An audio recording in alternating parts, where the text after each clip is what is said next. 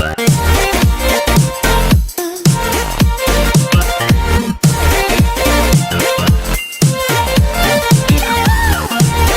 Students, आज हम सीखने वाले हैं द नाउन केस। यानी नाउन में केस क्या होता है। आप भी सोचते होंगे, आपको भी आश्चर्य होता होगा कि ये केस क्या है।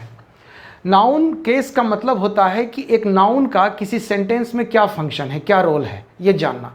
और उसका मुख्यतया 3 फंक्शन होता है: subjective nominative case, as a subject, objective accusative case, possessive and genitive case. ये 3 रोल होता है नाउन का किसी सेंटेंस के अंदर। अब एक एक करके हम उसके बारे में जानकारी हासिल करेंगे। हाँ, तो स्टूडेंट्स, आपने कभी जरूर पढ़ा होगा सब्जेक्ट और प्रेडिकेट। आपने पढ़ा है सब्जेक्ट क्या होता है और प्रेडिकेट क्या होता है। आइए देखते हैं। इस सेंटेंस में ये बताइए कि सब्जेक्ट कौन है आपके हिसाब से। मेरे हिसाब से तो गणेश है, ये सब्जेक्ट हुआ। और सब्जेक्ट के बाद जो सेंटेंस में बाकी चीज बच जाए वो क्या होता है, वो प्रेडिकेट होता है। यानी ये पार्ट जो है ये प्रेडिकेट हो गया। यानी सब्जेक्ट को छोड़ के जो कुछ भी एक सेंटेंस के अंदर बचता है वो प्रेडिकेट होता है। ठीक है, लेकिन आप ये जानेंगे कैसे कि ये प्रेडिकेट है। कोई फ्रेज भी हो सकता है। तो प्रेडिकेट का पहचान है वर्ब, उसके अंदर एक वर्ब जरूर रहेगा। समझ गए, उसके अंदर एक वर्ब जरूर रहेगा। ठीक है, गणेश बिल्ट अ हाउस में गणेश सब्जेक्ट है, बिल्ट वर्ब है। तो ये हाउस क्या है, ये हाउस क्या है, सब्जेक्ट क्या होता है। आपने, ठीक है, आपने सब्जेक्ट को अलग कर दिया, बाकी को आपने प्रेडिकेट घोषित कर दिया, डिक्लेयर कर दिया कि ये प्रेडिकेट है। लेकिन सब्जेक्ट होता कौन है, तो सुन लीजिए। सब्जेक्ट होता है डूअर, जो सेंटेंस में करता है, जो करने वाला है, जो काम करता है, उसको सब्जेक्ट कहते हैं। तो इसमें गणेश डूअर है। Ganesh built a house, Ganesh ने एक घर बनाया। तो गणेश क्या है, डूअर है, तो वो सब्जेक्ट हुआ, है ना। और ऑब्जेक्ट क्या हुआ, सब्जेक्ट के काम का जिस पर असर पड़े वो ऑब्जेक्ट होता है। घर बनाने का क्या असर हुआ, घर बन गया, है ना। तो ये जो अ हाउस हुआ ये हो गया आपका ऑब्जेक्ट। तो इस सेंटेंस में 3 चीज बहुत अहम है। नंबर 1 सब्जेक्ट, दूसरा वर्ब और तीसरा ऑब्जेक्ट। सब्जेक्ट वो होता है जो काम करता है, वर्ब तो एक्शन को दिखाता है, और जिस पर काम का असर पड़े उसे हम ऑब्जेक्ट कहते हैं। ठीक है, एक और सेंटेंस लिखते हैं। हाँ, तो स्टूडेंट, एक उदाहरण और आपके सामने, एक और सेंटेंस है। अब बताइए इस सेंटेंस में सब्जेक्ट कौन है, कौन है कर्ता, जो कर रहा है, जो डूअर है। डेफिनेटली रमेश है, तो ये सब्जेक्ट हुआ। ठीक है, स्कोर्ड क्या हुआ, वर्ब हुआ। स्कोर्ड वर्ब हुआ, स्कोर्ड वर्ब हुआ।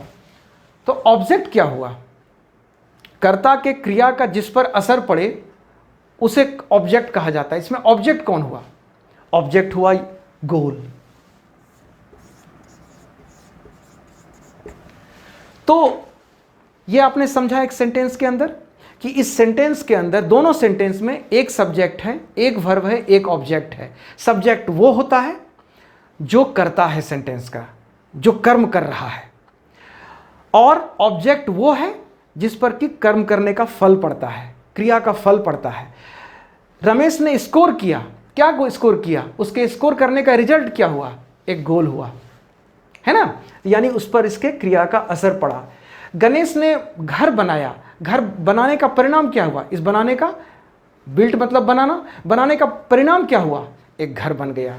तो आप यही समझ लीजिए कि जो करता है वो सब्जेक्ट है, और जिस पर क्रिया का असर पड़े उसे ऑब्जेक्ट कहते हैं। एक और बात है स्टूडेंट्स, कभी कभी ऐसा होता है कि हम आइडेंटिफाई नहीं कर पाते हैं, पहचान नहीं पाते हैं कि सब्जेक्ट कौन है, ऑब्जेक्ट कौन है। ये ठीक है कि जनरली सब्जेक्ट जो है वो वर्ब के पहले आता है और वर्ब के बाद जो है सो ऑब्जेक्ट आता है, लेकिन कभी कभी उसका प्लेस चेंज भी होता है। कभी कभी क्वेश्चन में या किसी सेंटेंस में इधर उधर होता है, और कभी कभी सब्जेक्ट केवल एक शब्द नहीं होता है, बहुत सारे शब्द मिला के एक सब्जेक्ट बनता है, और उस शब्दों के जंगल में आपको खोजना पड़ता है कि सब्जेक्ट कौन है, डूअर कौन है ना। तो यहाँ पर हम देखते हैं कुछ क्वेश्चन के जरिए हम ये जान सकते हैं कि सब्जेक्ट कौन है। तो इसको जानने के लिए किसने घर बनाया, ये जो सेंटेंस है ये हमें आंसर देगा। यानी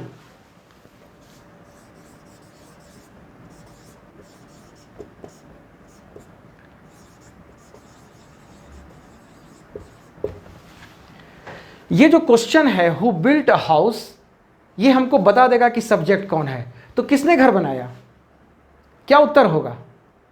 आपने सही सोचा, गणेश। आंसर है गणेश। ठीक है, तो इस प्रकार से हम जान गए इस क्वेश्चन के जरिए कि इसका सब्जेक्ट कौन है।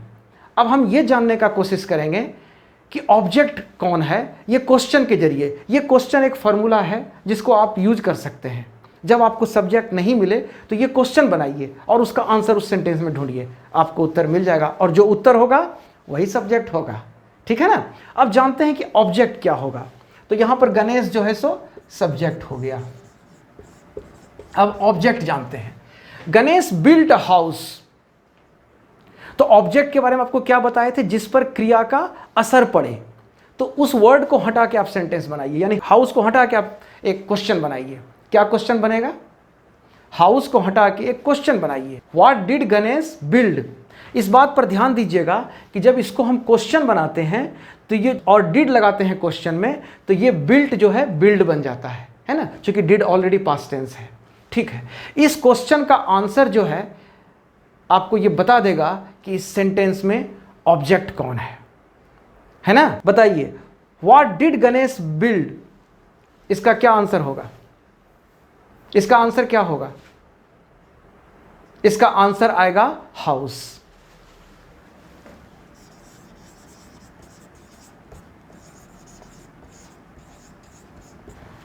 हाउस ऑब्जेक्ट है।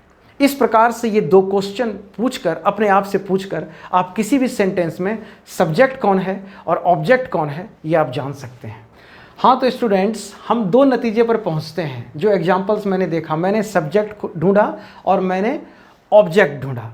हम आपके साथ मिल करके हम लोगों ने क्या किया, एक सेंटेंस के अंदर एक सब्जेक्ट को ढूंढा और एक ऑब्जेक्ट को ढूंढा। तो जो ऑब्जेक्ट होता है उसको ऑब्जेक्टिव केस कहते हैं। वो जो नाउन है वो ऑब्जेक्टिव केस में है। पढ़ते हैं इसको।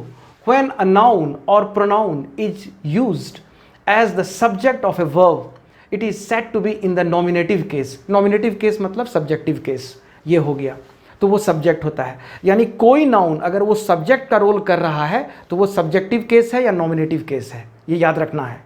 आगे चलते हैं। व्हेन अ नाउन और pronoun is used as the object of a verb, it is said to be in the objective case. यदि कोई नाउन या प्रोनाउन, प्रोनाउन इसलिए बोल रहे हैं कि प्रोनाउन नाउन के बदले आता है, दोनों का पावर एक ही होता है। अगर कोई नाउन या प्रोनाउन किसी वर्ब का ऑब्जेक्ट होता है सेंटेंस के अंदर, तो वो ऑब्जेक्टिव केस में है या एक्यूजेटिव केस में है। तो आप समझ गए सब्जेक्टिव केस क्या होता है और ऑब्जेक्टिव केस क्या होता है।